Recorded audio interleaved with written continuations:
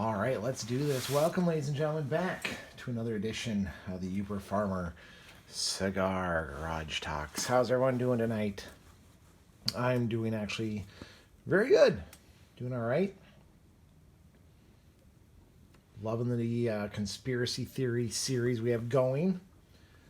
What are we smoking tonight?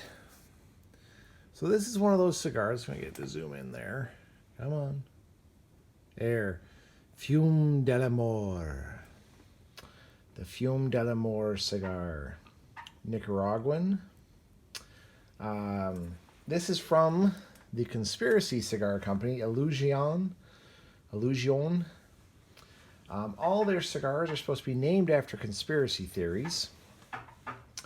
But I don't know exactly what this conspiracy theory is all about. Fume de l'Amour. Love of smoke. I even emailed the company to ask them.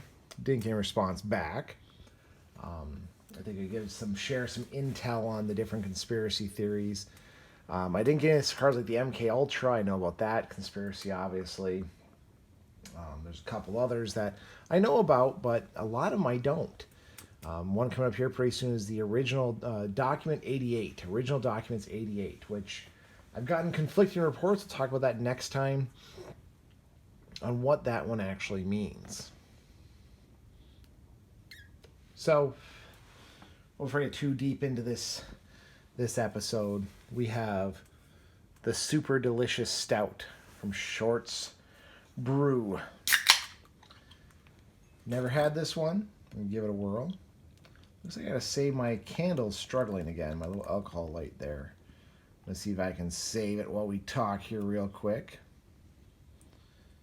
Here we go. Ooh, that's actually a really nice head. Really fine bubbles on that. While I take a sip, I'm going to try and save my alcohol light.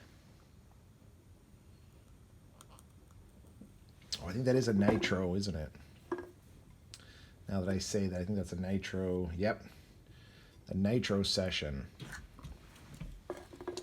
One more match. Let's see if we can save that last little alcohol light there, huh?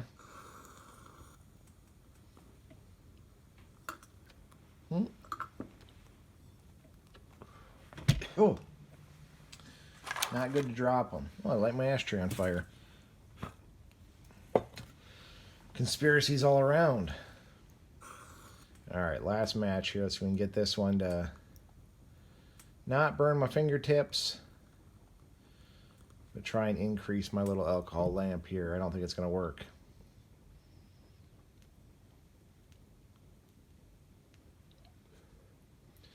No, it looks like I'm not going to be able to save it. The alcohol lamp's probably going to go out.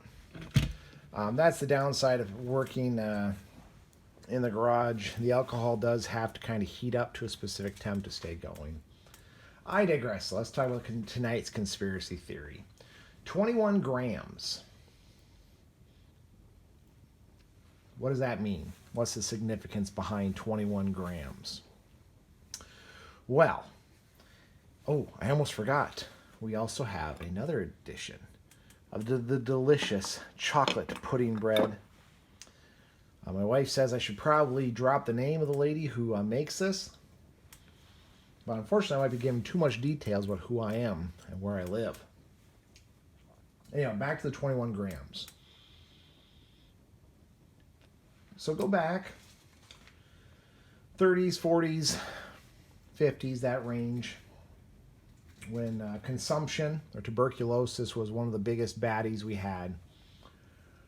And come upon a scientist who felt very religious individual who wanted to research the human soul. He wanted to once and for all scientifically prove if it existed or not. So with these patients who are dying of tuberculosis, he devised this very precise bed. Quite good.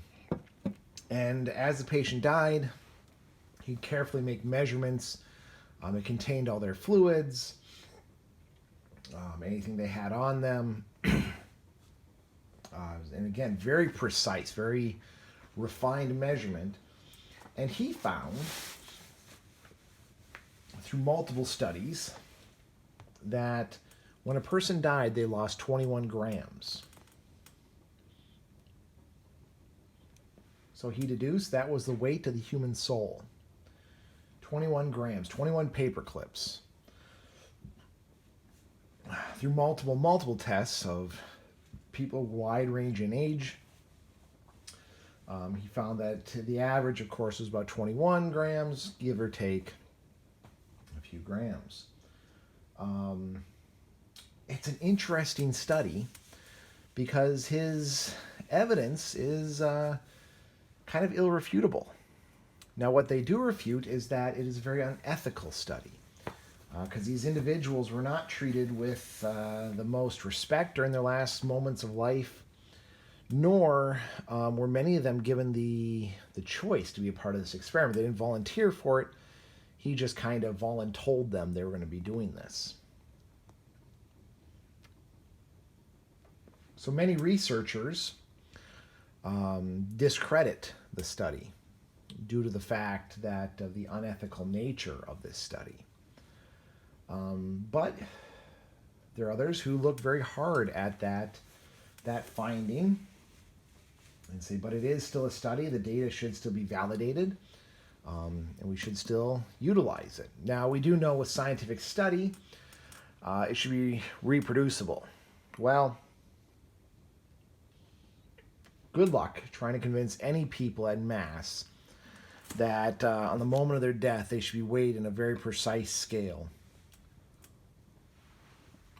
with no outside interference, shall we say, no family, no friends, no one around you to possibly manipulate the data. There has been other researchers who have utilized animals. An interesting little phenomenon happened. Some animals lost 0 weight post-mortem, while others lost a marginal amount. A few grams at best, maybe a couple milligrams. So what does that all mean? Well, one, the study could, of course, be flawed. The researcher who did it, though, took a lot of time and effort to make sure that his results would be as correct as possible, because I think he knew this was not a study that was going to be able to be replicated again and again. If I remember correctly, it was dogs that had no measurable weight difference post-mortem. I do forget what other animal it was that did have a little bit of a weight difference. But they said, well, you know, if a dog should have a soul, correct? Well, depends on your religion. Some religions, of course, like Buddhist, who believe in reincarnation, believe everything has a soul, from even bugs to birds to animals, that they all have some sort of being and can be reborn again. But if you look into like Catholicism, they don't believe animals have a soul. Sorry, not all dogs go to heaven. They don't have a soul. They don't have that divine being, that divine essence of themselves. So it makes sense why a dog would not have a soul. They're not going to go to heaven. They're not going to be with you after you die, like it or not. It's an interesting thought experiment, though, if nothing else. Why would this guy have done this? Trying to combine supernatural with the scientific, something that scares off a lot of your ghost hunters and paranormal investigators. I did see an interesting talk about a guy who said, you know, for paranormal investigators, they don't really like to be investigated. They don't like their studies to be scrutinized. They go in there and it's more to scare the pants off themselves than it is actually to run scientific studies. Well, this scientist was the opposite. He did use scientific process for something that was a bit taboo. It's an interesting premise. We do know that energy cannot be created nor destroyed. It can only be converted into other forms, right? So we take kinetic energy, convert into potential energy, like water falling down a waterfall, that we then turn to mechanical energy that spins a turbine and magnets that creates that into electromagnetic energy, which turns into electricity, which then we convert into light energy. So what is the soul? Well, is it energy? Is it some divine mystery? Does it even exist? As a Catholic, I can say yes, it does exist. Each person has one. No, I don't believe animals have it. Your cat and your dog do not have a soul. Sorry, hate to tell you. My beliefs, you can hate me for it. I understand. I respect that. But that is my beliefs due to my religion and my understanding of the natural order of life. But that has a bearing. If you go to the metaphysical, like when does a soul impart upon a person? Is it at conception? Well, if they have a soul, if there is an essence to them, well, then we should protect that, right? Kind of throws that pro-choice or pro-life on its head. If the soul is something we can measure, is it something else we can examine with other scientific methods? Is there an imaging we can do? You can hear about aura captures. I went to a paranormal convention where they had a lady who would take a picture of your aura and interpret it for you. Another gentleman would paint images based off the aura you gave. Me and my wife actually is fun. We kind of went there as kind of an entertainment, a chance to laugh. It's not like we were into the paranormal stuff. I like cryptids. I like Bigfoot and stuff like that.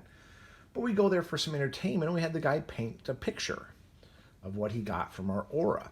Interesting. Good conversation starters, if nothing else.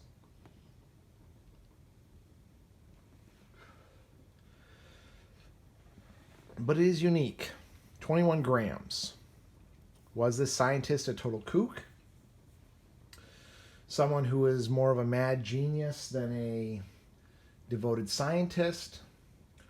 Or was he walking into that taboo, that mystical, magical place between science and the supernatural? And is he then shunned from both communities? Will science, the traditional science, no longer want him to be a part of their community, but the supernatural investigators don't want him a part of theirs? Again, usually most of the paranormal investigators I see, they don't like the scientific method. They don't like having these reproducible tests. They'd rather be stuck in the basement of a sanatorium with all the lights off and try to get themselves scared half to death. Where a scientist, if you can't reproduce it on demand, then it doesn't exist. Did this scientist find that happy medium? That area in the middle where both sides could both agree what he was doing, but at the same time wholeheartedly disagree? Food for thought this week. Think about it. What do you know about your soul? Do you have one? Does it weigh 21 grams?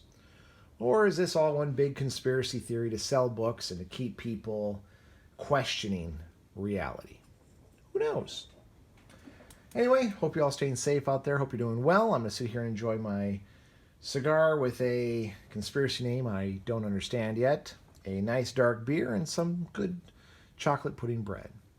Hope you all stay safe out there, and we'll see you on the next one.